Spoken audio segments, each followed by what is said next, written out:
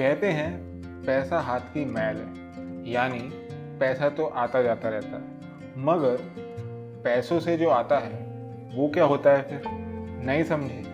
जैसे कपड़ी, गाड़ी, कुछ शौक, ऐसा सामान जो एक बार आ जाता है तो जाने का नाम ही नहीं लेता।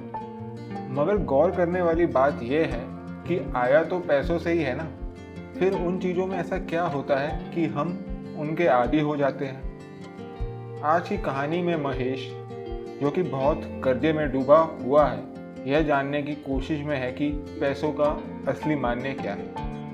महेश अपने घर के बाहर दरवाजे पर बैठा हुआ था। उसकी कुछ खास चीज़ें डाइनिंग रूम से लेकर घर के उस दरवाजे तक बिखरी हुई थी जहाँ वह बैठा था, जैसे ड्रेसिंग टेबल, 3 मूर्तियों वाला शो पीस, एक्वेरियम, गिटार वगैरह वगैरह। महेश थोड़ा परेशान था, जैसे उसका ब्रेकअप होने वाला हो, क्योंकि वह इन्हें बेचने के लिए उनका हिसाब लगा रहा था। इतने में घर का मालिक आया और महेश से पूछा, कब तक घर खाली करोगे महेश जी? यह तीसरा चक्कर लगा रहा हूँ मैं। हमारा भी परिवार है भाई, हमें भी प्लानिंग करनी है आगे की। महेश ने दोनों आंखें मसलते हुए अपने सिर पर ऐसे हाथ फेरे जैसे उसने अपना आखिरी फैसला ले लिया हो। तभी उसका जिगरी दोस्त अंकित वहाँ आ गया और मज़े लेते हुए कहा, अरे गुप्ता अंकल, आप फिर आ गए। यह महेश का घर है, आप जानते हैं ना। गुप्ता जी, यानी जिन्होंने अभी करीब 1 महीने पहले महेश से ये घर खरीदा था। वो हैरान हुए और आंख दिखाकर महेश से पूछा, यह कौन है जो उंगली करने आ जाता है बार बार? सुन लो नौटंकियों, यह घर मेरा है, निकलो यहाँ से, वरना पुलिस में कंप्लेंट कर दूंगा। महेश ने अंकित के पुट्ठों पर जोर से एक हाथ मारा और गुप्ता जी से सॉरी बोलते हुए कहा, अरे इसकी बात मत सुनो, ये पागल है। इसी की वजह से आज मैं बेघर हो गया हूँ। बस 1 दिन और दो, फिर मैं और ये पागल यहाँ कभी नहीं दिखेंगे। फिर गुप्ता जी आखिरी बार चेतावनी देकर चले गए और अंकित, महेश एक दूसरे को देखकर जोर से हंसने लगे। ऐसा लग ही नहीं रहा था कि ये वही महेश है जो कभी अंकित से आंख मिलाकर भी बात नहीं कर पाता था। वो इतना डिप्रेशन में था कि उस समय अगर अंकित उससे ना टकराया होता तो शायद पता नहीं उसका क्या होता। लगभग 4 महीने पहले रात को करीब 10 बजे जब अंकित घर लौट रहा था, उसने देखा कि एक अच्छे खासे कपड़े पहना हुआ इंसान फुटपाथ पर ऐसे बैठा है जैसे उसकी ज़िंदगी में अब कुछ बचा ही ना हो। फिर अंकित ने रुककर गौर किया तो उसको उस इंसान में अपने स्कूल के एक दोस्त की शक्ल दिखाई दी। अंकित अपने आप को रोक ना पाया तो उसने पूछ ही लिया, क्या आप महेश हैं? उस इंसान ने बिना गर्दन उठाए जवाब दिया, हाँ, क्या काम है बे? अपना रास्ता नाप। बस फिर क्या था, अंकित भी महेश के साथ वहीं फुटपाथ पर बैठ गया। महेश और चिढ़कर बोला, अबे तू यादा मत बन, किसी ने तुझसे मदद नहीं मांगी। और एकदम से जब उसने अंकित की तरफ देखा और बोला, अबे अंकित तू? अंकित ने बैग से पानी निकाला, लेकिन महेश को देने की बजाय उसे चिढ़ाते हुए खुद पी गया और बोला, हाँ मैं, क्या कर लेगा वे?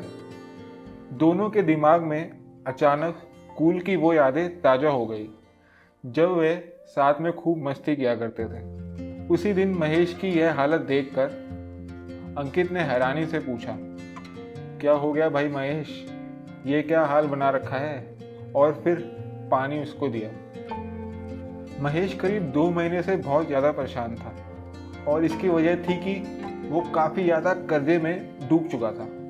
उसका इंक्रीमेंट तो हर साल होता था, मगर उससे भी ज़्यादा वह अपने कर्जों में इंक्रीमेंट करवा लेता था। सेविंग करता तो उधार ना चुका पाता और उधार लेता तो सेविंग ना कर पाता।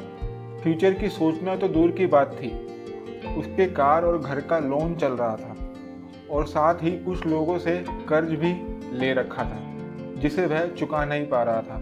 सैलरी खाते में आती नहीं कि उससे पहले ख़त्म हो जाती थी। जब अंकित को यह सब पता चला तो उसने हिसाब लगाया कि जितनी मेरे पास सेविंग्स नहीं है उससे 2 गुना तो महेश ने उधार ले रखा है।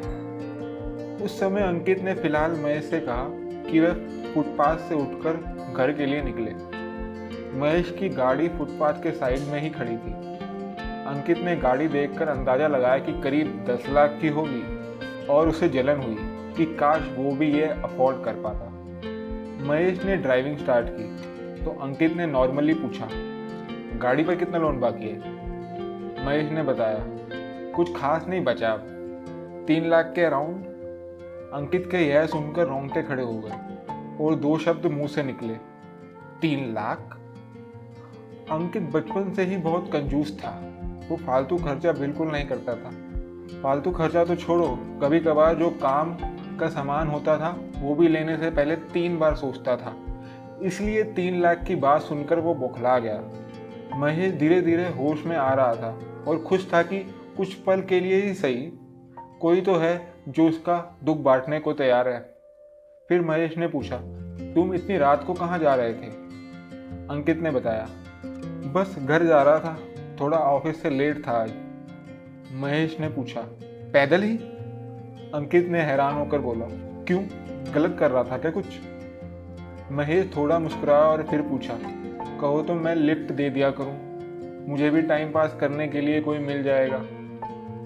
अंकित ने कहा, नहीं, मैं चलकर ही जाऊंगा, पूरा दिन ऑफिस में बैठे ही तो रहते हैं और ऊपर से मेरे रोज के 30-40 रुपए बच जाते हैं। महेश ने अंकित को देखकर सोचा कि अंकित तो अब भी साला कंजूस है और मुझसे ज़्यादा तो उसे पैसों की ज़रूरत होगी। कुछ देर बाद अंकित का घर आ गया। कहते हैं दोस्तों के बीच अगर थोड़ा हरामीपन ना हो तो दोस्ती गहरी नहीं होती। बस तो फिर क्या था, अंकित ने महेश से फ़ोन नंबर लिया और पूछा, तुम्हारा सबसे कम उधार किसके पास है? महेश ने थोड़ा सोचा लेकिन फिर जवाब दे दिया, टपरी वाले के पास अराउंड 400।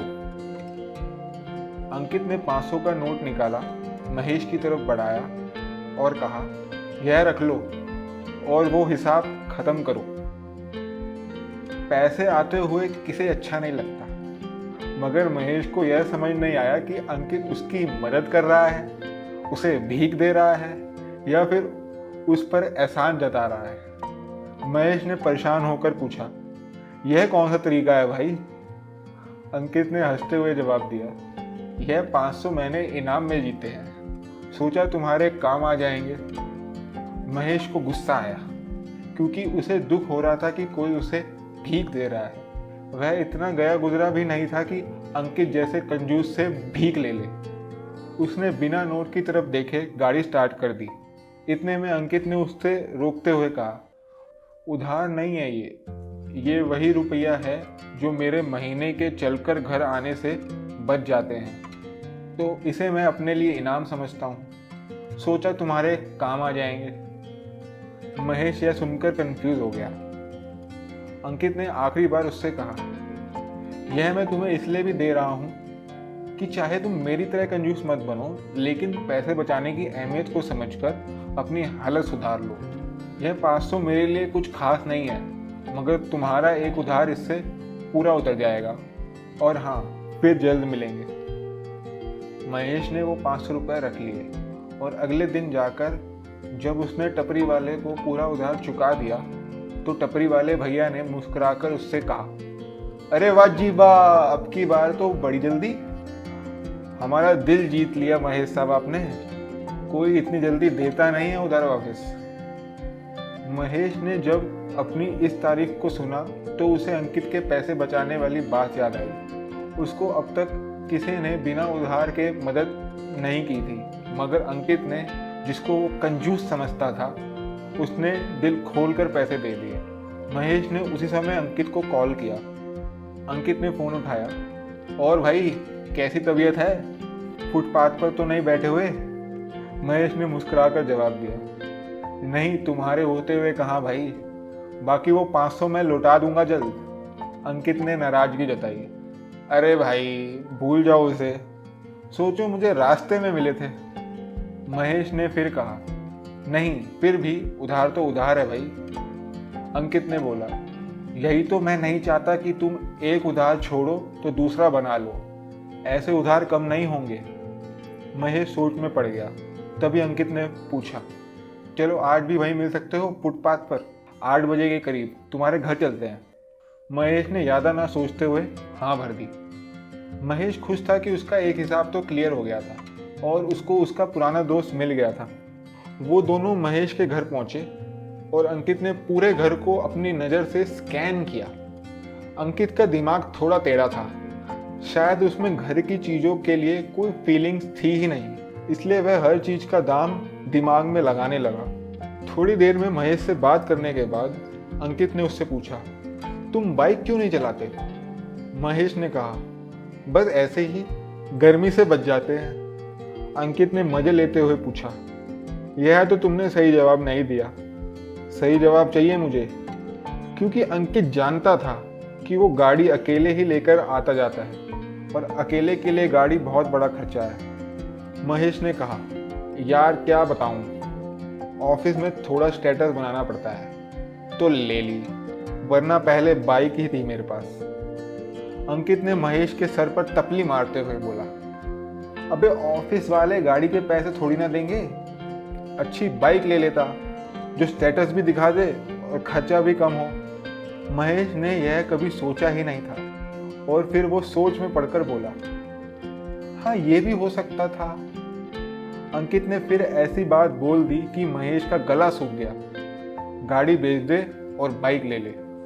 महेश ने अंकित की यह बात सुनकर टाल दी और दूसरी बातें शुरू कर दी। फिर जब अंकित अपने घर के लिए निकला तो महेश को फिर बोला, 3 लाख भी उतर जाएंगे और स्टेटस भी रहेगा।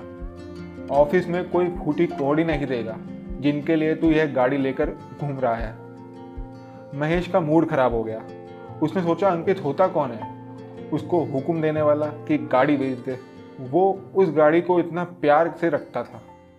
कभी कभार परायों की बातें अपनों की बातों से ज़्यादा अच्छी लगती हैं।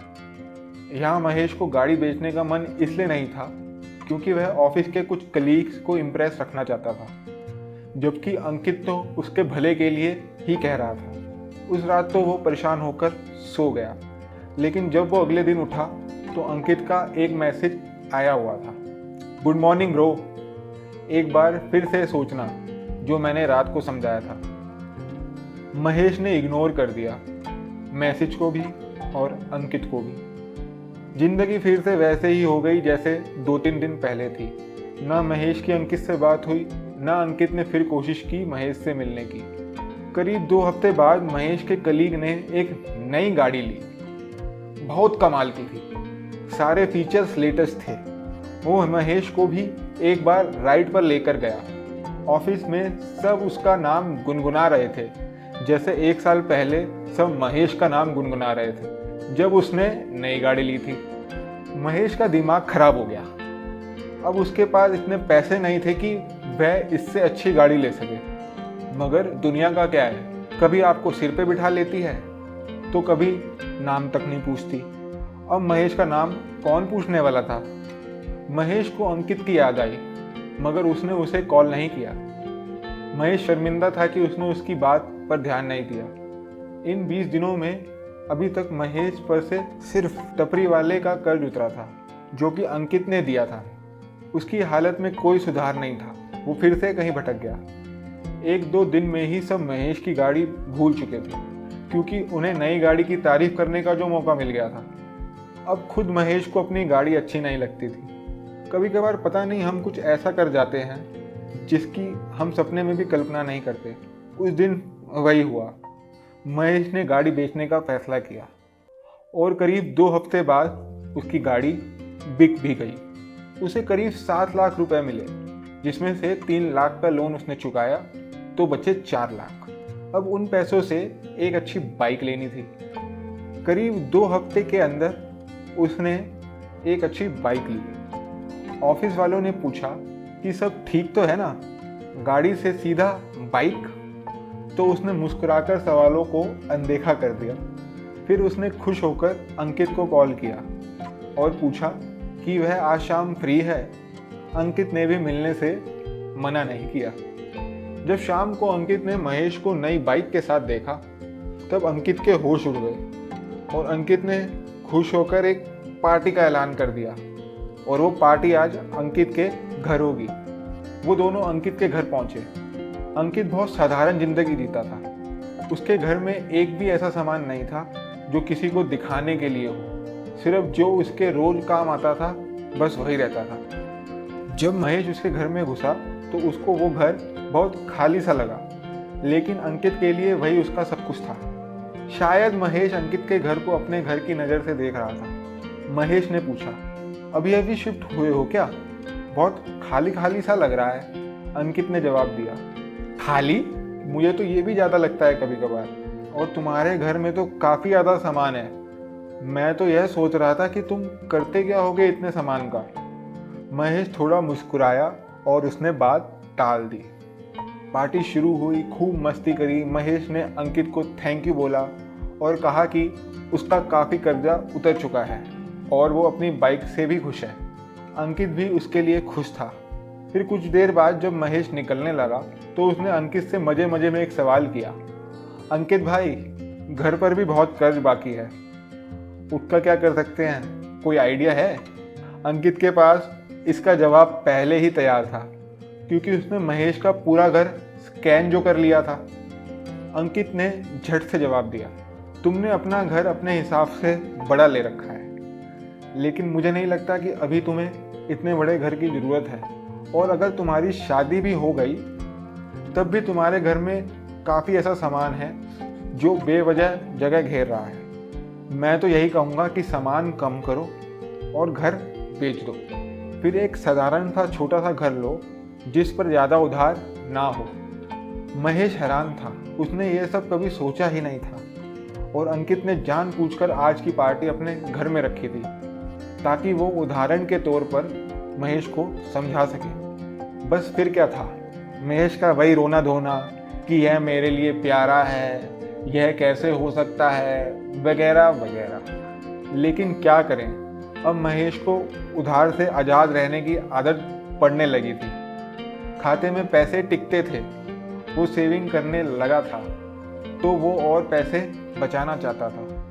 करीब 1 महीने बाद उसने घर बेचने का फैसला किया और अंकित ने भी उसकी मदद की।